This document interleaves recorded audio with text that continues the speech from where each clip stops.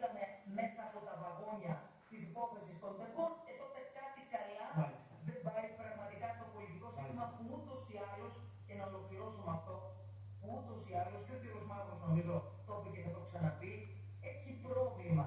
Το πολιτικό σύστημα έχει πρόβλημα γιατί αμφισβητείται στους βασικούς του πυλώνες, που είναι η δημοκρατία, που είναι οι θεσμοί και είναι και η δικαιοσύνη.